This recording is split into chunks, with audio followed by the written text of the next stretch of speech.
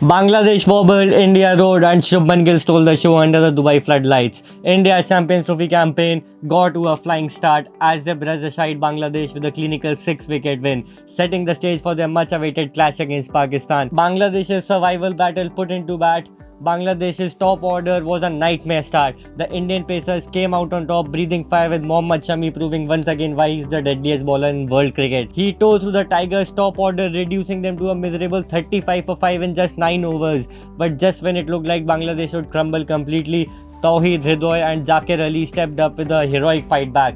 Their 154-run partnership dragged their stole back from the brink. Hridoy's gritty century despite battling cramps was the highlight of the innings, while Zakir's solid 68 gave Bangladesh something to bowl at. Eventually, their efforts helped Bangladesh reach 228 before India cleaned up the tail in the final over. India's chase was controlled dominance, chasing 229. India made their intentions clear right from the start.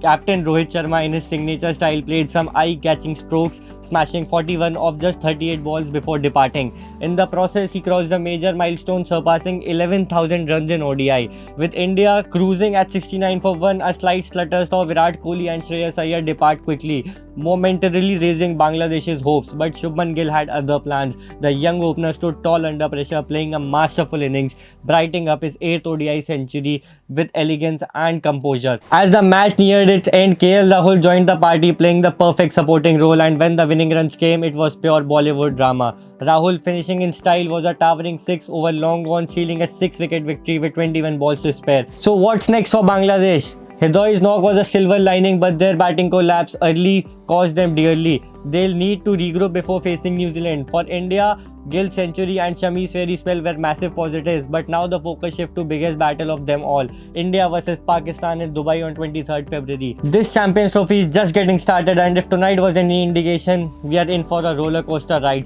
Buckle up, Indian fans, the Champions Trophy is coming home.